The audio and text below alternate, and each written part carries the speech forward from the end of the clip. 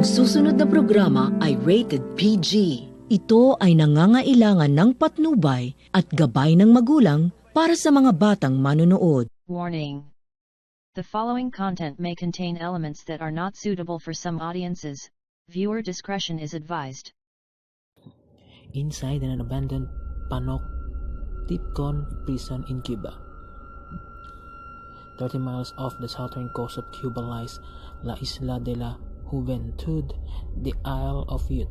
It is covered in lush vegetation and pine forests, and about half of the island falls under a special municipality designation, which prevents access except for those who have the proper permit from the Cuban government. The island is also home to the great ruin of an unusual and historic prison. Most of the island's residents are concentrated in Nueva Gerona, a port town on the north coast, which is only reachable by small, infrequent flights and a sometimes unreliable ferry service. It is a sleepy existence today, but the island has a long and notorious history. It was popular with pirates and once known as Treasure Island. Made famous by Robert Louis Stevenson, J.M. Barrie is also said to have drawn on accounts of the island when writing Peter Pan. The island was given its name in 1978 by Fidel Castro before it was known as the Isle of the Pines, who had more than a passing acquaintance with it.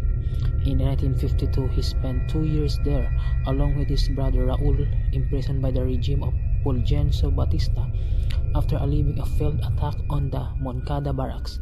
After the revolution, the same prison hosted enemies of the new regime and developed a reputation for overcrowding and harsh treatment.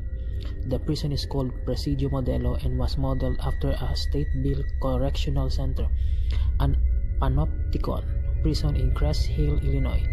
The Panopticon design originated from English philosopher Jeremy Bentham in the late 18th century, based around the idea that inmates are under constant surveillance, or at least are never able to know when they are each building the cells. Built in 5-story ring around a single elevated watchtower, Panopticon prisons were built, but are no longer in use in Cuba, Portugal, France, the Netherlands, Australia, and the United States. Other correctional facilities inspired by the design had been used all over the world.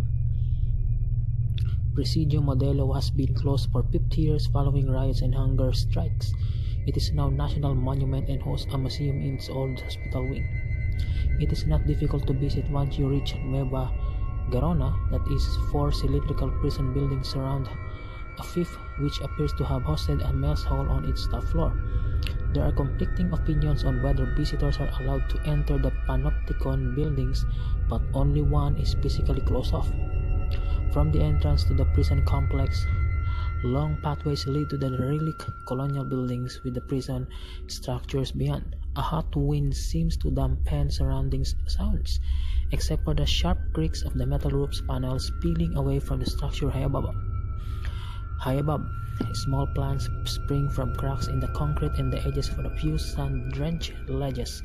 On rare occasions, a local person passes through the prison grounds without ever looking up or acknowledging the looming abandoned buildings.